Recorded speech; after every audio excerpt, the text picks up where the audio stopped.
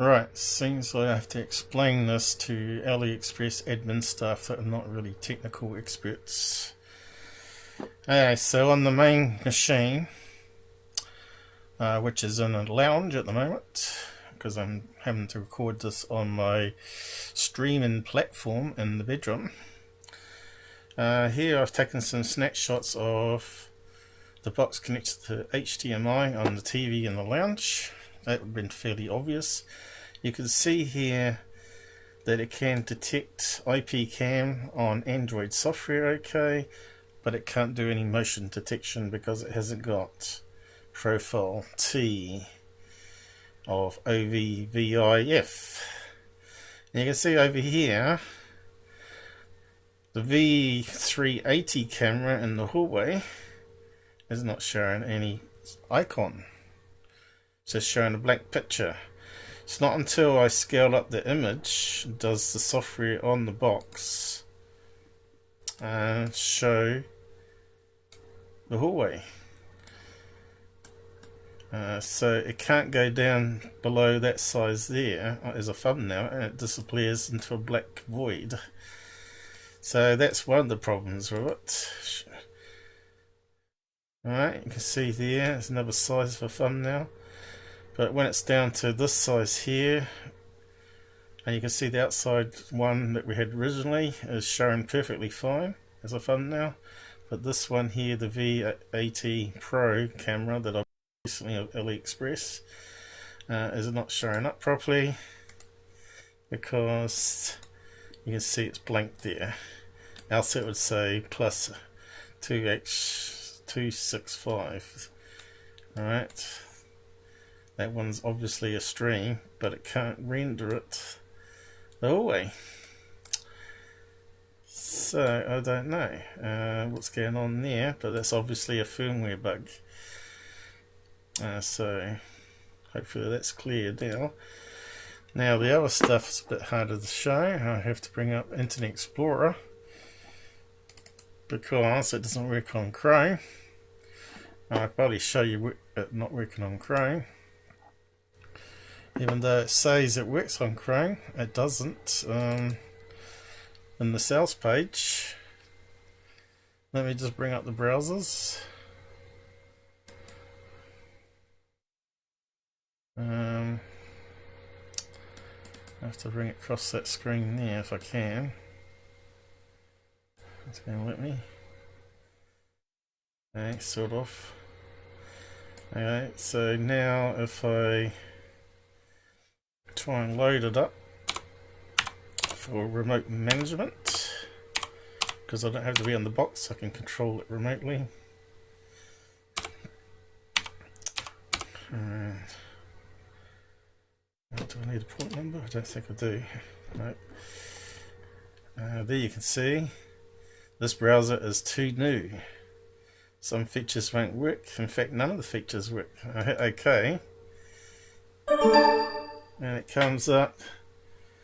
Do I want it as Chinese? I'll just keep it as Chinese, but it still comes up as English. And it says there, download these tools, but it's got no login box. Now I'll show you what it should do is load up IE browser, which it's been designed for. Can I get rid of that again? Drag it off. I'll come back to it. You can see why we don't do videos, because it takes a long time to explain all these problems. On the sales page, he's edited it since I've ordered. On the sales page it said the firmware had been upgraded to do 265 and fix other problems, and there's still lots of problems with it. So now if I go to Net Surveillance, which is what it's called, NVR, you'll see it come out a lot different, because that's what it was. The browser that I only designed for it comes up with a login box. Why is it doing that?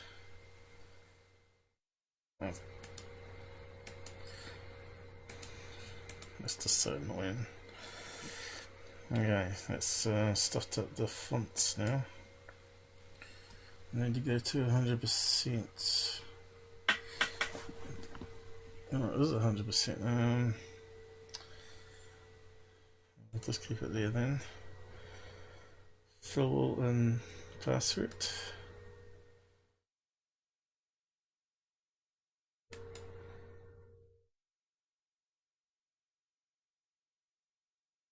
Okay, that comes up. Always to 32, even if I select it to 4. Now you can see the outside camera, it's now dark, and the hallway is now dark because it's not night time here. Now, got that far, much working with it. So it's recording those two okay, but can't do motion detection. So now if I go up here, needs to be scaled up a bit, doesn't it? It's incredibly small. Okay, so if we go into alarm config, alarm input, and choose string 2, which is the hallway, which is the latest camera I bought, and say enable it. You can see it doesn't do it. Doesn't let me select it. On the box it does, but it doesn't stay active. It unticks it again. If I go to config and ask it for device parameters, get this, can't get config, and it goes back there. Net services is meant to have all this filled in. That's all blank. Obviously that's a firmware bug, but you can collect on these things and set them up, and it does save it, but that's obviously not meant to be blank there.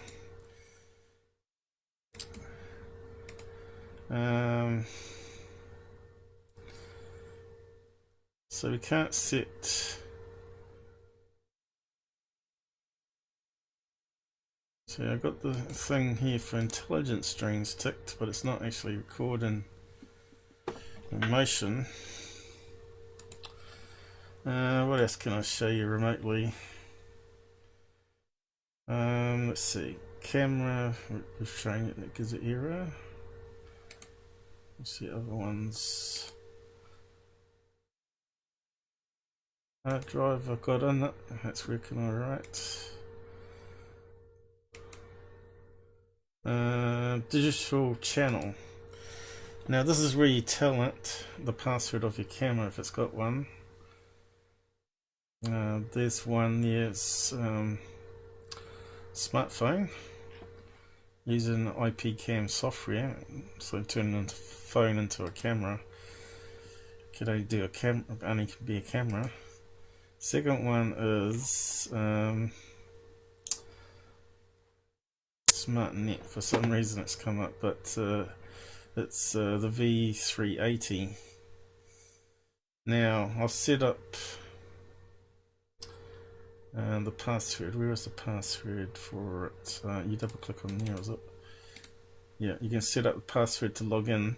So you can see I've put the correct password in. I just wonder if it's got a limit on the size of the password. I think it was 15 characters I used. So I don't know if that's a bug or not, but it's certainly not logging into the camera for motion detector. But on his sales page he said if you buy our cameras they will definitely work with this NVR box. It uses their own protocol called NETIP. But you know, universal open source is now this protocol here, the onvif. They say it's been upgraded to 2.3, but the latest is for alarm, I think, is 2.4. but maybe 2.3 allows it, and you need a full compliant profile SED, site profile S or T, to be able to get alarm alerts going to your box over that protocol. It's a lot of technical stuff to do with it, so it don't work. You can get the stream from that camera, as you can see, but they can't get the config, even though I've got the correct password in. I've typed it in hundreds of times, different ways. On this software, I've done it directly on the box, I've done it through the app. So yeah, but the only thing I haven't done is shorten the password. So I don't know if it's a bug, but obviously it's a firmware bug, because it should tell you if it's too long. So if you go to the info on this box, it says it's last updated I